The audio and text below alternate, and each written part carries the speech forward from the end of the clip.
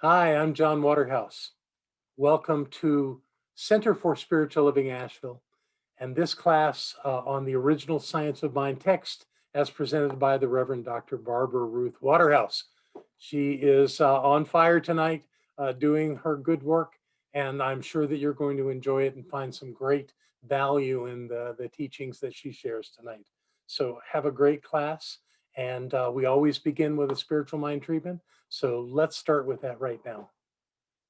And as we settle in and prepare to hear the words of Barbara Waterhouse as she teaches Science of Mind, we are reminded that that presence and power that is always here is right here now.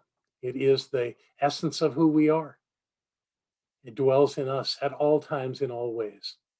And as we become more aware of it and awaken to it, it makes our lives richer and fuller in every way.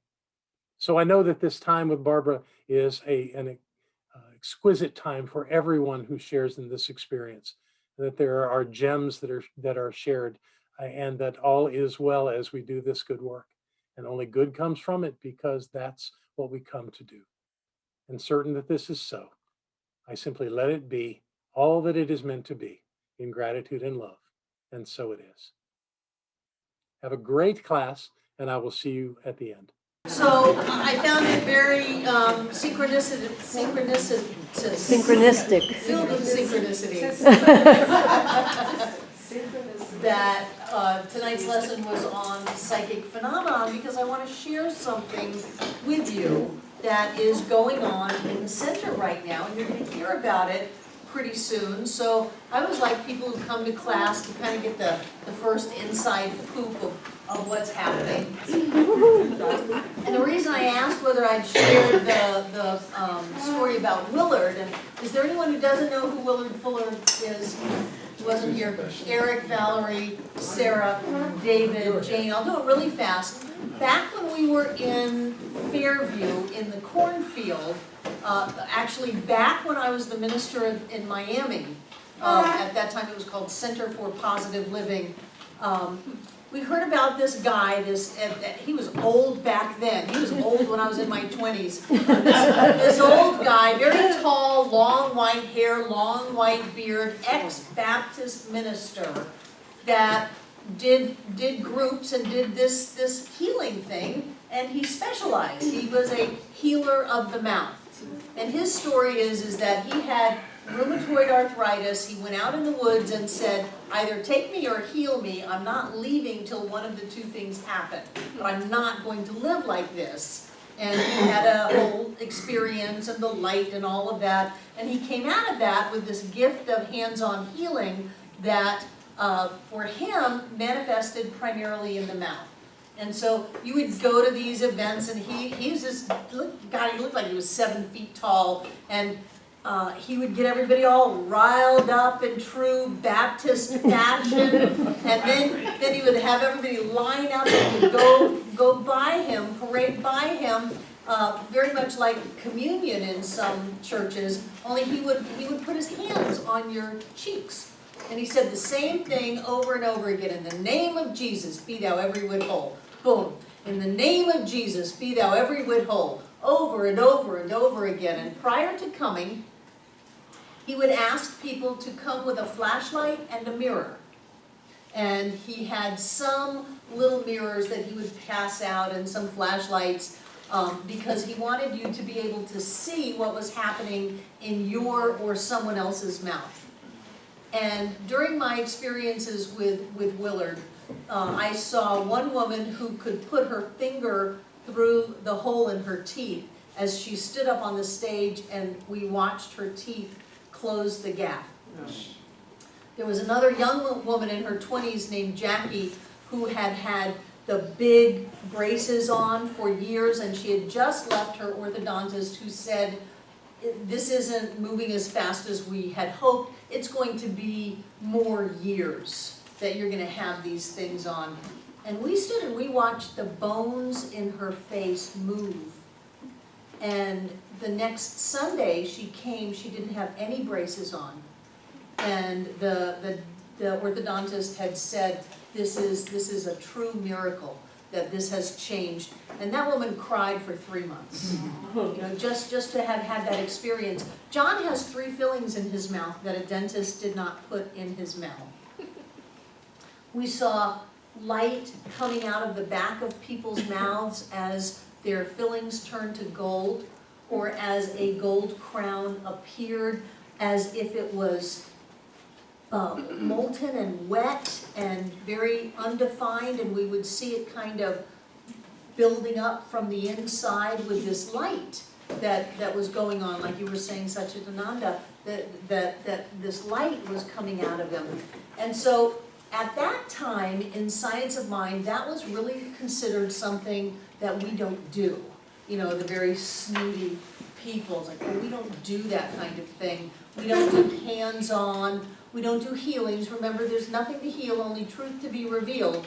And then last week I shared with you that passage on page 224 in the book we're doing, the original textbook, that says, if a person can get entirely out of the way and let the perfect life come through them, they cannot help but heal people. And that is the highest form of healing. So there was that whole thing about, you should be doing this. This is really taking this pure teaching and pulling it down. But who can deny the experiences that people had? My son at the time was about 10. And he would push his way up through the crowd to watch the changes, the physical changes on people. And that has affected him to this day, with the belief that people can heal right here and now. That there are circumstances that are not unchangeable, that they can change, because he has seen that with his own eyes. So there's a friend of ours that's a minister in LA, his name is Nirvana, and he was telling John about this guy that had been to his center, this guy that worked with Michael Beckwith and in Agape, and Roger Teal with the 5,000 person center in Mile High in Denver, and all of that, and that strangely enough he had moved to Asheville. And even this guy's booking agent kept calling me and saying, you know, Nirvana keeps telling us to contact you, that we want to bring Rob in and have him do some healing services there. And I was just abrupt, which those of you who know me, I can be, in my statement of, do you have any idea how many of these calls I get of people wanting to come to my center and hawk their wares to my people in my building on my time and basically on my dime? And this guy lives in Asheville, and he has never bothered to come over here and say hello. He has never bothered to come to one of our Sunday celebrations, but he wants to come in and sell his thing to my people. This is not going to happen. I said it would do him a world of good, in my view, to come here on a Sunday. And so the very next Sunday he showed up. John and I don't even remember him being here. So nondescript, so pulled in energy. Instead of what we're used to, are people coming and saying, I am the new Messiah, I am the new king, you know, and all of you people should bow down to us, to me, and with an ego a million miles wide. You don't see those people because I don't let them I don't let them do their thing here, because anybody who's got an ego that big is not the real deal. They're not. They're just in there for a look at me kind of thing. So Nirvana talked to John. This was when John was traveling a lot, and said, you really need to meet this guy. And so John invited him over to our house, since I had banned him, you know, from here. Invited him over to the house, and they sat and they chatted for a while. And this man has the gift of healing. And he has quite the story of beings and guides and attempted suicide and a revelation and a shift of energy. I mean, Ruth Montgomery might call him a walk-in. I don't know. I don't know what happened, but I know that he has something that happens to him. And so he worked on John, and he doesn't take a long time to do his work, but my husband fell in love. He fell in love with this guy. He just fell in love with him. So he invites Rob and his wife Sarah over for dinner, which is something that we don't do. You know, we don't have company over for dinner. It's very complicated. You gotta clean, you gotta shop, you gotta cook, you know, you gotta do all of that stuff to have company come over. So I'm still not sold on this guy, period, and John says, oh, I invited him over for dinner. I'm going, great. My last meeting gets me out of here at 6 or 6:15, and you've got dinner at 6:30, my contribution will be walking from my office over to our living room for this event that you have put together. Right. Like you're not expecting, you're not getting anything from it. And so he, you know, during dinner, he really shared these amazing stories about being on the beach in LA and being very suicidal and having beings appear to them. I wanted to have the buy-in from the room of our own psychic experiences, so nobody just said, oh, you're crazy. So there are beings that appear, there are verbal communications that happen. Sometimes you'll see him kind of chatting with someone that we are not seeing, kind of thing. And then he did his thing on us. And he did his thing on John, and John just goes into this bliss, this absolute bliss. And Rob is very clear that this is not him. This is not him. He is acting as a conduit from spirit to us. And I think rather than acting as an amplifier, he's acting as a, is it called a condenser? Magnifier? No, the opposite. Conductor?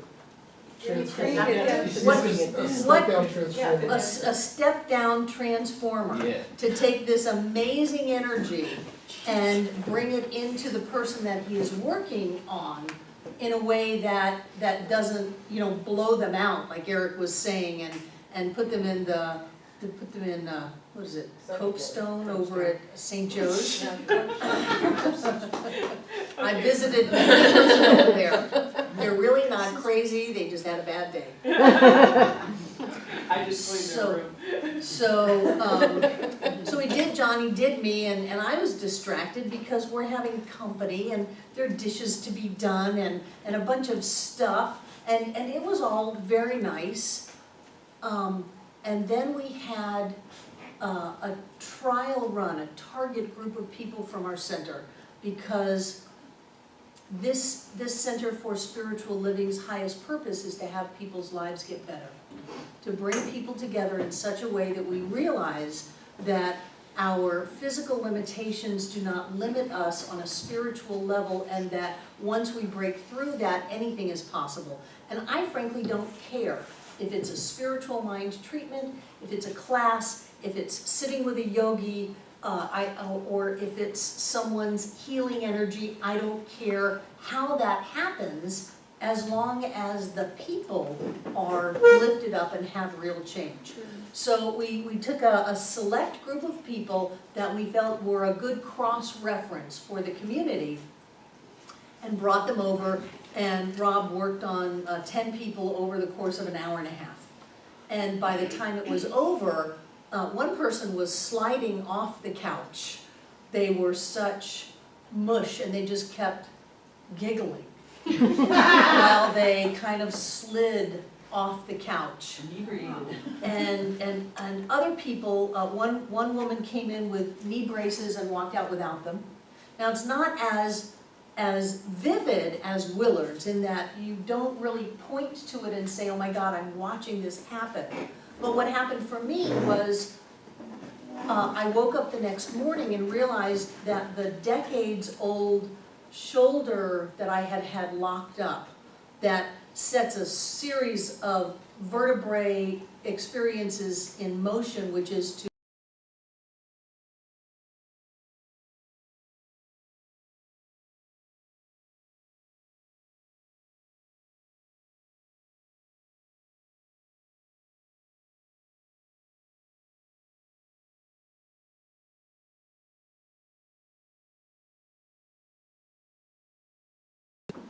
every so often I'll take someone and go, here, feel my skull. Look how weird I am. I have overgrown skull bones, you know, that's my weirdness. But the shoulder was completely opened up. Completely opened up, and I woke up the next morning and I realized I was not in pain anymore. I didn't have a hot stabbing knife in my back. I didn't have headaches. I didn't have that sense that there was something just seized up in me. It's almost like there's air in my back where my shoulder goes. And that's probably the way it's supposed to be. But there were different things like that. And then because we're feeling better and better about Rob, we brought him in to meet with the practitioners and David on Saturday morning. And everybody had an experience of him, he just touches people. He just goes, you know, like walk around behind you and he'll just touch you. And people will start to laugh, or they'll start to have an experience. It's a very different thing. And what I want you to know is that since our last class, our board has agreed to be in partnership with him and to have a weekly, he doesn't want to call it healing because he says healing is too limited, transformation services in the sanctuary on Wednesdays. And David has been very gracious in asking the band to move their practice to Thursday. And usually when Rob goes to a different city, when he was in LA, there were 1,800 people that showed up for this. So when he goes to a different city, he flies in, people come and they have the experience and he comes home. So we want to have that offered weekly to our people and to the people in Asheville. And I have these ideas, you know, I've got this belief that if you're not dead, you can be healed. And whether it's a spiritual mind treatment, whether it's a group agreement, whether it's going to John of God, whether it's coming here and having this experience, he says it doesn't matter whether he touches you or not. If you are in the room, you are experiencing that connection to spirit that, he says, changes every cell in your body, changes your DNA. It brings you back to your natural state of health and wholeness, the same that you were when you were a baby. You have that health that is inherent in your body. So it's very similar to science of mind for someone who hasn't studied science of mind, but truth is truth is truth. And so we want to do this. When are we gonna start? The first Wednesday in January. We're actually going to bring him up on stage on the first Sunday in January and let him give a demonstration, not for the person that he's touching, but for everyone in the room, because it's palpable. You can feel it. It's as if this love starts pouring in, and people start to laugh, people start to see light, and they have an experience. So we wanted to give everybody a little bit of a sample of that, and then have the Wednesday nights start. So there'll be the fire walk on the first. The first Sunday will be what? Third. The third, and then we'll start third, fourth, fifth, sixth on the 6th with Rob here. I want to see people come in wheelchairs and walk out. You know, I want to see people throw down their crutches. I want to see people who have broken hearts, have them just let that energy go and have transformation happen. And it's not going to change classes and Sundays and things like that, other than there will be a lot more people that are feeling better about themselves, either physically or emotionally. And I wanted to let you know that that's happening because the word is out, and I feel like you are more first come for information since you're in classes, and that I want to let you know what's happening. And I also wanted your feedback as to that, as to what that might bring up for you, Judith, and then Betty. I have a question.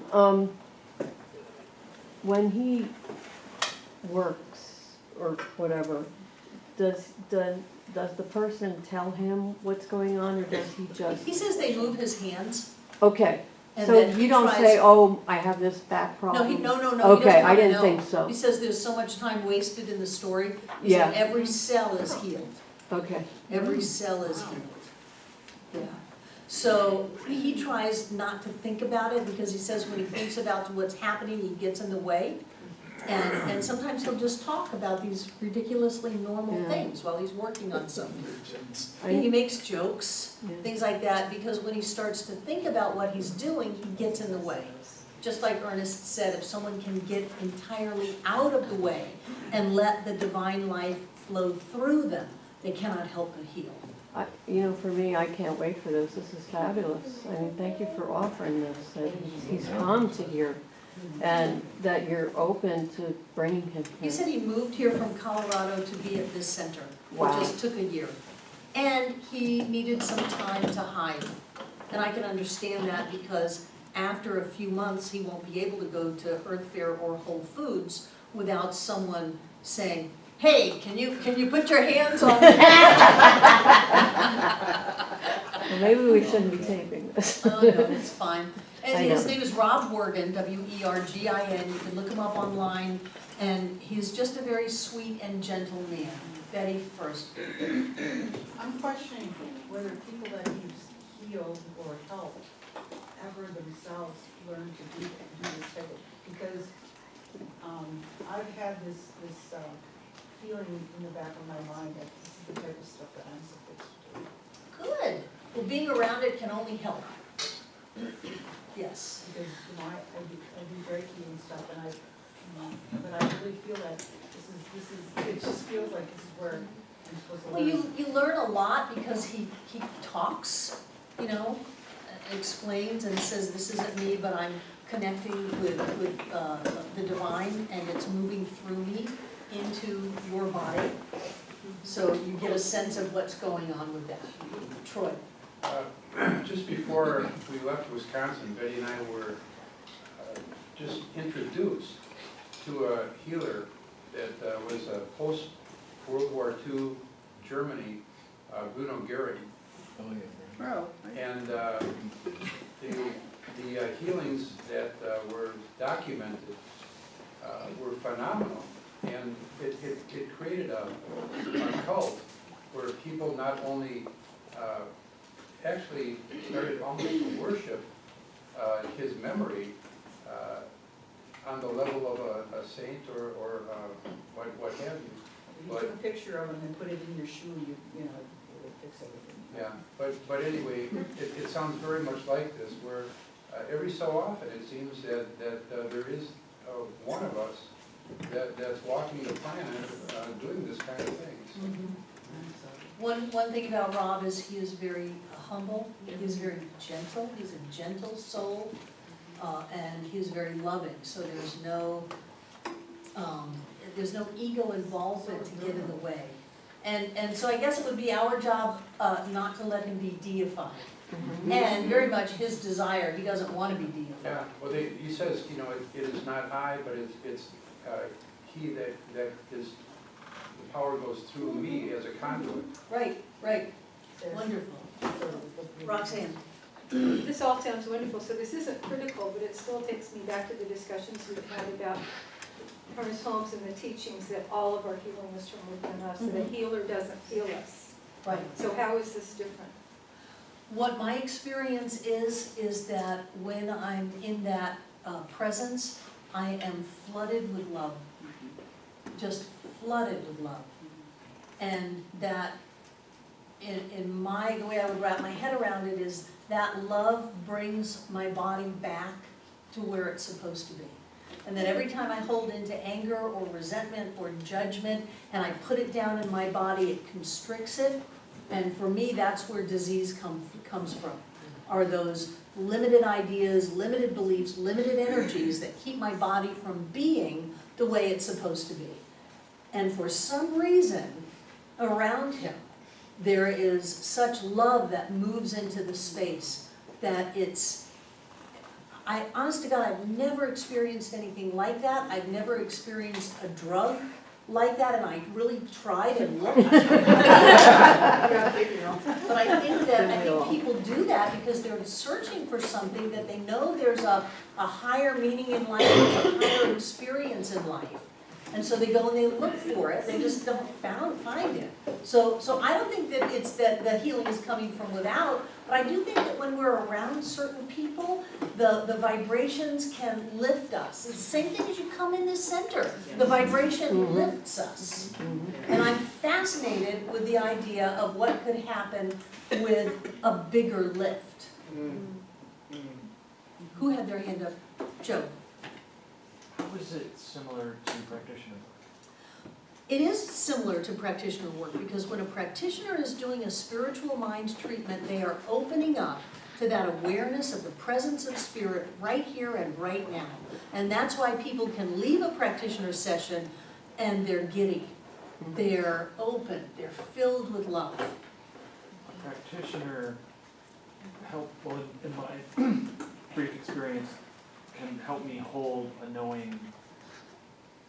I guess I'm wondering if, I'm just speculating, at a group healing, we're all creating our own environments, we're all creating our own worlds, but maybe a healer, just like a practitioner, can help us in that presence be more of ourselves. Right. We might be on our own. And for me, it's not an intellectual process at all. It is a purely experiential. And the experience is great. It's not, you're gonna have a little bit of an experience. For me, it was a big experience. Can I speak to my experience Sure. just a little bit? So I was with the practitioner group on Saturday, privileged to be there. And I would say that my experience specifically was exactly what you described, which was being with Rob and letting him work with me provided a quality of spiritual presence that I couldn't quite get to myself. And then it's up to me to maintain it when I get back home. But it was like I learned to do drugs. It's a boost. It's a boost. And then it's up to me, to, okay, stay on my disciplines, okay, and sometimes it's hard to kind of climb out or make that last little energy surge over the top when I feel like I'm growing and I'm about to expand and I just can't quite get past the habit or whatever it is. And somebody comes along and just gives you a little, okay, great, okay, now, I can maintain that. So it's very similar in that respect. It's the same process. Can I ask you first, have you felt that you've been able to maintain it since? I made it a point to. I would say, have you maintained that feeling? I made it a point to. Valerie and then B. Because you and John travel and you're meeting with many people in your same loop, are you seeing just a rapid increase of these people during this time that's No. surpassing? Nothing. No. This is just normal. No, this is not normal. This is very different.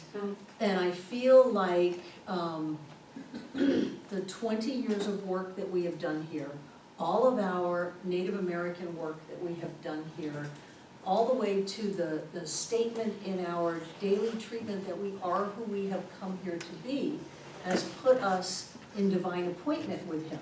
He said he's been looking for us for 12 years, that he just didn't know where we were. And he was guided to move from Boulder, where he thought he was gonna spend the rest of his life, to Asheville, North Carolina. They bought a house sight unseen. And he moved here because he follows his guidance. He follows his intuition. And I feel like there is and I'm just gonna own this myself, because everything is a reflection of me and everything is a reflection of you. But I remember when I went to be with Edwene last March, and I was really looking at, am I going to just slide into retirement? And this center doesn't even have to grow, it's so stable and everything's going so well, we can even shrink and it'd be fine, and John's traveling all the time anyway, so am I gonna just slide into retirement?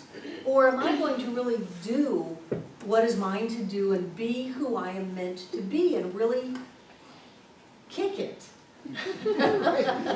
Kick it for the rest of my time in this that I love so much. And I came back not knowing how it was gonna happen, but the one thing that I had a hold of was every debt is lack of forgiveness. Well, if we have all of this debt, then we have all of this lack of forgiveness, then the first step seems to be to really work on our forgiveness. And so we gathered up all the practitioners and had them agree or asked them to agree to do forgiveness work every day, every day, every day as we release the debt as the outward demonstration for the inner work that we're doing. And it was then that things started really shifting. B, you said you felt a shift and you came back to the center because of that. So when someone shows up and says, I've been guided to be here, I'm supposed to be working here, this is a divine appointment and I feel the same way, I want to go with it. I don't know what that means or how that's going to be, but I want to go with it because I want to have an impact on Asheville. I want to have an impact on North Carolina. I want to have an impact on the Southeast. I want to have an impact on the world.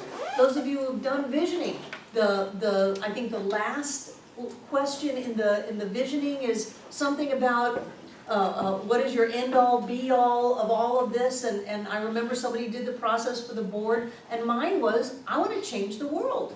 I want to change the whole world. I'm not here for little stuff. In my heart of hearts, I want to change the whole world. I want to elevate the consciousness of humanity so that we can take an alternate path where we're not blowing each other up and hurting each other and being crazy like that. I want us all to remember who we are, that we are spiritual beings, that love is the only reality and the most powerful force on the planet. I want us to do that, so if something drops itself in my lap and looks really a lot like this is the next step, I want to take that step.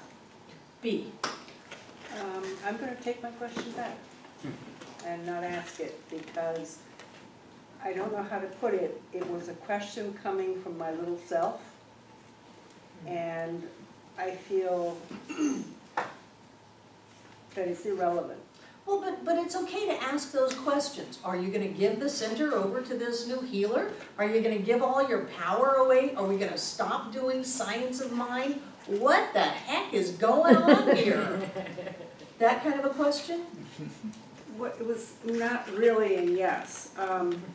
Because we've asked that question. Yeah, if this is going to be opened up to the public, there is going to be a change.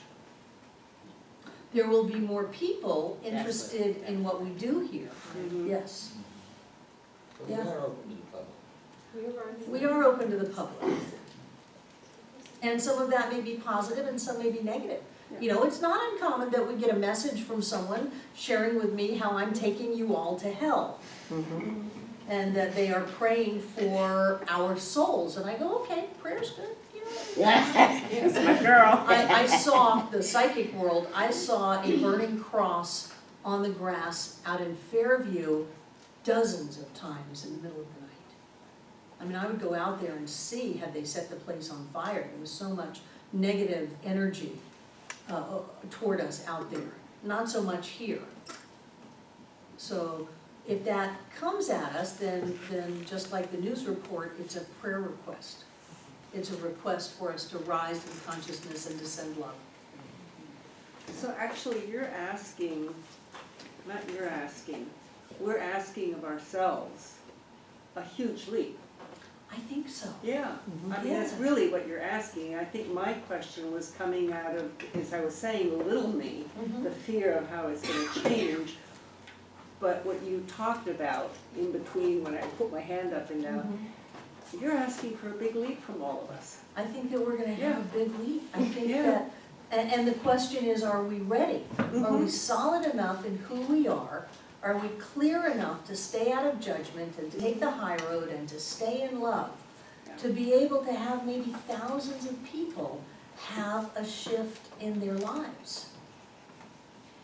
I cannot see how I can say no to that. Isn't that what we all want?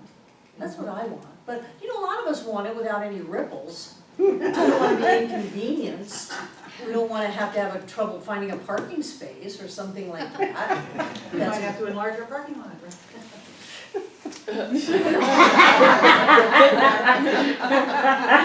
Judith, When we were talking about the public coming in, so to speak, what struck me was the last firewall, we had a plethora of a bombs. plethora is a bad thing. Oh, it is? Yes, a plethora is too much of a bad thing. Oh, I take it back. I've been heard it misspoke. used incorrectly on NPR. Okay, anyway, we had scads of people, I mean, every chair was full, and, you know, it was like, and I walked in, I was like, you know, what is this? And that was the firewalk we had in the downpour. Poor, exactly. So is there resistance to transformation? Sure. And do we need to be clear enough that we can light that fire and keep it burning all the way to coals in a deluge that never That was stopped? amazing, yeah. Yes. So all I'm saying is that, you know, if you attract it, it will come, and it will be what it is. Mhm. And it's a good thing to realize that we're standing on the precipice. You know, we are, and we'll either fall and crash or we'll fly. Or there'll be those glass pillars that come up and hold us. Well, something's gonna happen, but you know, I'd rather fall flat on my face and lose it all than look back on my life and say, why, I wish I had tried. Because I absolutely believe that anyone can be healed of anything. Anyone can return to their natural state. I believe the power of the presence of spirit is so strong that it can transform anyone's lives. And anything that I've got that will boost that will, what's the word? When you use your money and you leverage it, that will leverage that energy. I want to use that. If that's, come on Monday night, I will sing and dance for you, I will entertain you, we will have a good time, and you will hardly notice that you've totally changed. Or come on Sunday and we'll make it comfy and we'll give you coffee and bread and fruit and snacks and all that stuff and great music and wonderful experience so that you will get how great you are. I'll do anything to have that happen. I'm gonna go with Michaela because she had her hand up first, and then Sue, and then Tom. You're missing the corner. Oh, and Eva. I think you would dine for us. I think I would what? Would you dine for us? Dine? Yeah, make a dining room. That's what this is. We dine all the I time. think she's talking about Ernest's type with the. Oh, dining with his wife with. Yeah, the linens and. Okay, who was next? Sue? So you asked for feedback or whatever before. So my feedback is I would never say no to, I'm open-minded about, you know, seeing this person. I would not ever say no, I don't know anything about him. Of course, when David came home, I went ahead and looked him up because that's what I do. He seems, there's a YouTube of him treating someone, and he seems like a very, like you said, humble, sweet, you know, maybe low energy in personality, person, nothing threatening or nothing that looks like you would want to take over. But in general, when something comes up and it seems like something big is coming into my life and I go to fear, I have to look at how comfortable I've been in life just being the way it is. Right. You know, and I have to look at myself, and I could go and say, no, I'm not open to this. You know, so the effect will be, I'll just keep on going and there won't be a change. And I will look back, I know I will look back and say, why didn't I try that when I was, you know, this age and that age? Right. So I'm totally open to, Right. you know. And, you know, with that chapter with Ernest Holmes, he didn't deify any of those psychics. He said we all have that Right. within us. There are some people that for whatever reason have a higher awareness or more of an awareness. Doesn't mean they're better, they just happen to have that gift.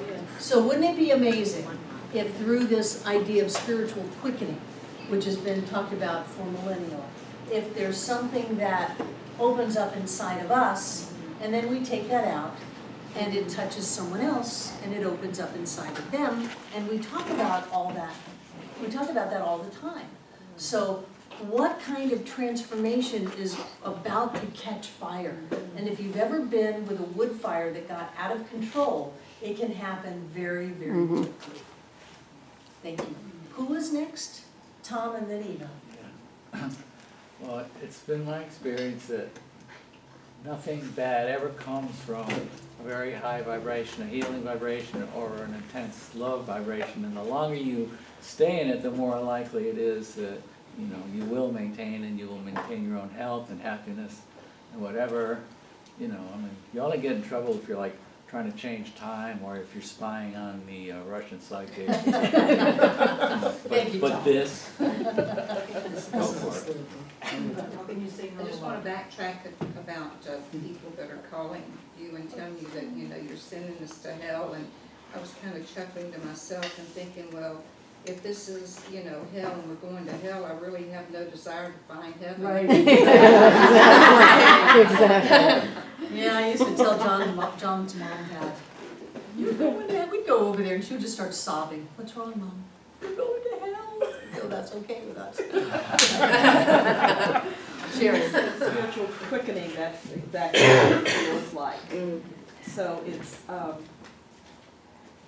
when Just go ahead, Tom. when Rob first speaks, it just happens instantly.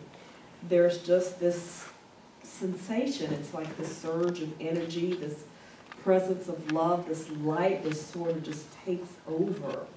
And just turn to mush, you know, just the circulation that you feel. And if that's what anybody can experience, it seems that that's something that would be the highest expression, not necessarily the highest expression, but one that we may have experienced in our own lifetime, to have that. It's so rare. So I'm all for it. What it's going to look like, I don't know, but I do feel that in this area, with all these crystals around and this energy and this supposed vortex that we're in, this is the perfect and right place. The center is the perfect and right time, and we're the perfect and right people for having this experience. So I welcome it. Thank you. Could we have mental health? So we have just a few more minutes. Does anybody else have anything they want to say? You look like you do, Troy. I do. We're all here. We've all come from all over the country, all different. We've gone through hardships. We've assembled here, and this tonight, perhaps we just got a glimpse of what the hell we're doing here. Yeah. And then while we have the creek, the Native Americans say that where the water meets the land is the place of healing. Wonderful. Thank you. Thank you. Yes, Michaela. You know when some people are cuckoo up here, I may be one of them, but some people will need mental healing. Is that possible with him? Sure, every cell. And that's only in the physical realm. Like Sherry was saying, there's such a feeling, and David was saying there's such a feeling of expansion that goes with that. And so I don't know what it means, but I wanted you to know, I don't want you to hear things through the rumor mill. And I do believe that people who are here in my class get pretty much first dibs on any information that's ready to be shared. The board overwhelmingly agreed to this. It's very different for us. This is going to be a ticketed event. Oh. And the tickets are $20, which for me is a very reasonable price for someone to come into this experience. And that's a big shift in our culture.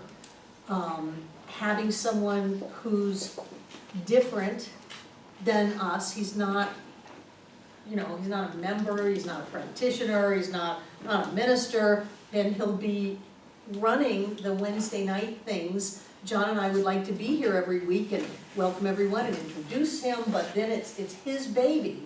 Practitioners, after having experienced him, want to be in the room to, Rocking Bear would have said to spin the energy. I think the people with John of God, their job is to, they actually amplify it.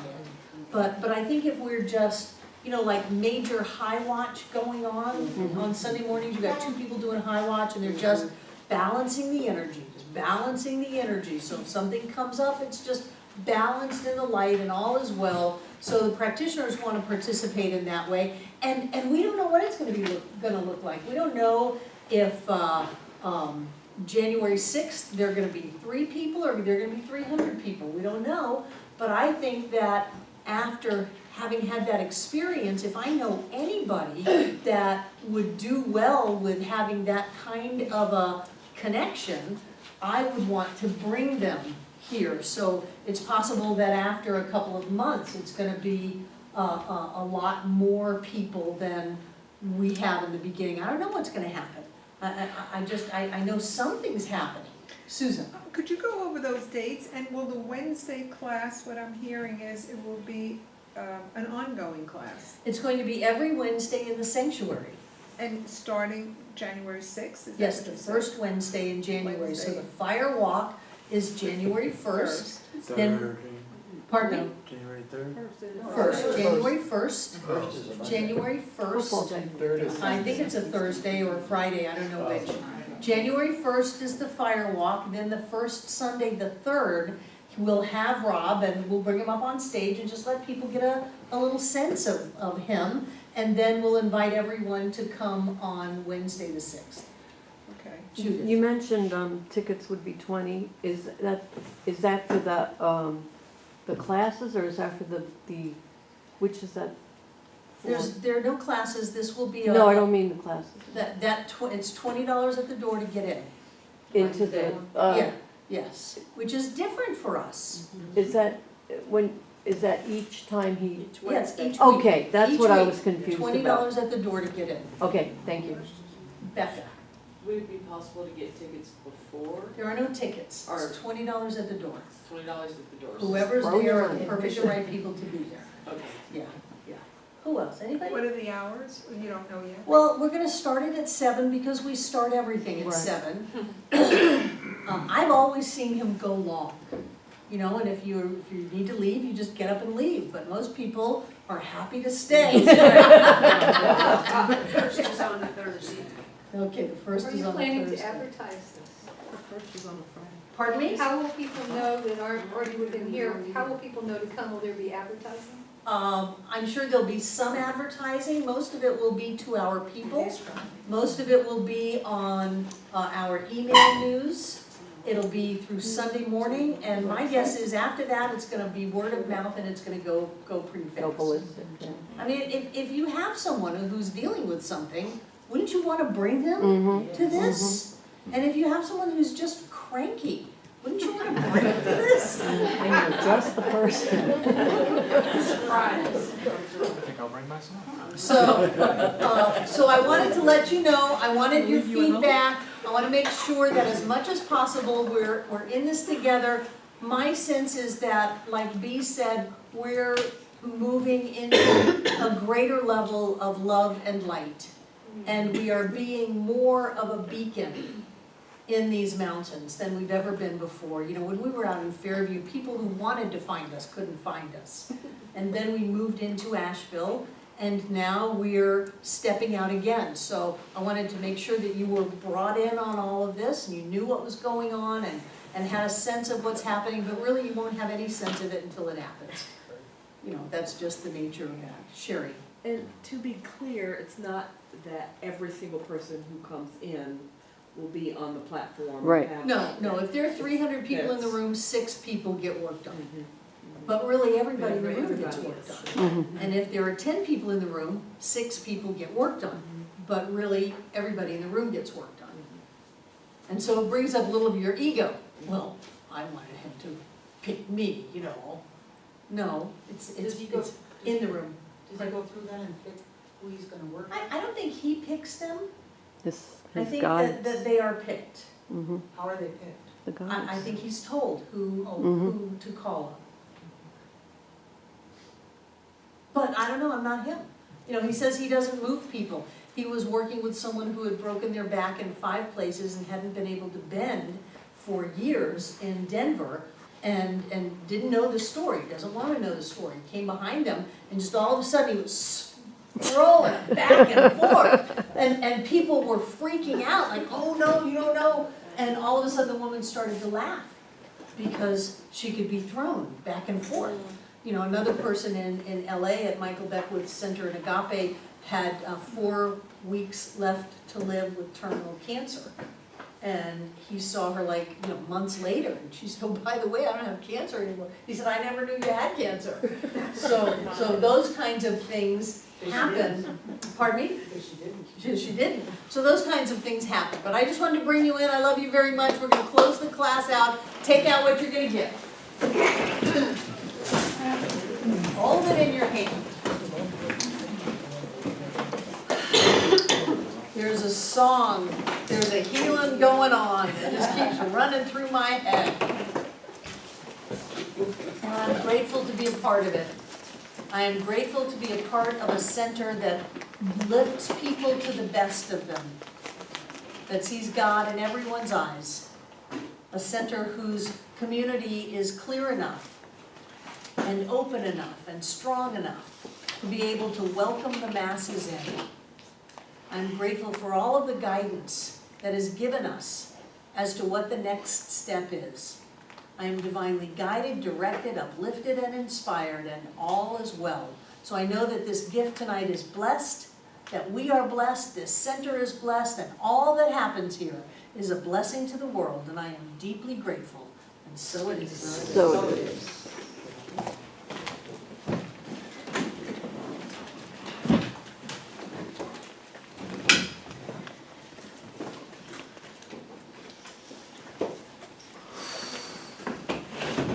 And what we do is we simply embrace the light. We feel the love. We know that all is well. That we are spiritual beings living in a spiritual world. It is governed by spiritual law, and all is well. We are beings of light, and we are beings of love. And so I know that everything in these baskets is blessed, that each of us, all that we are, came with our gift, filling up this room from the floor to the ceiling and all between the walls. This air is rich and blessed with God as us, and as Spirit moves in our lives, it touches us, it blesses us, it heals us, it quickens and awakens us. And because we cannot keep it locked up in this room, out it goes to cover this planet, to touch, to bless, to heal, to quicken, and to awaken every being, to remember who we are, to be who we have come here to be. I know that that energy is always here and always now, touching every one of us here tonight, everyone who has ever been here, and everyone yet to come. And so it is. Hi, welcome back. Thank you for being with us this evening. Barbara's class has now ended with her spiritual mind treatment, and all is well. So have a great week, and if you're so inclined, you'd like to support the center, all you have to do is click the donate button on your screen, and that will direct some money to our center at your choice and how you want to do it, and it will also be a reflection of you saying that you got something of value tonight. So perhaps that's what you'd like to do, and if not, send us a blessing and know that we continue to be able to do this good work for everyone around the world that is seeking to know the truth. And with that, have a fantastic evening. We'll see you again soon.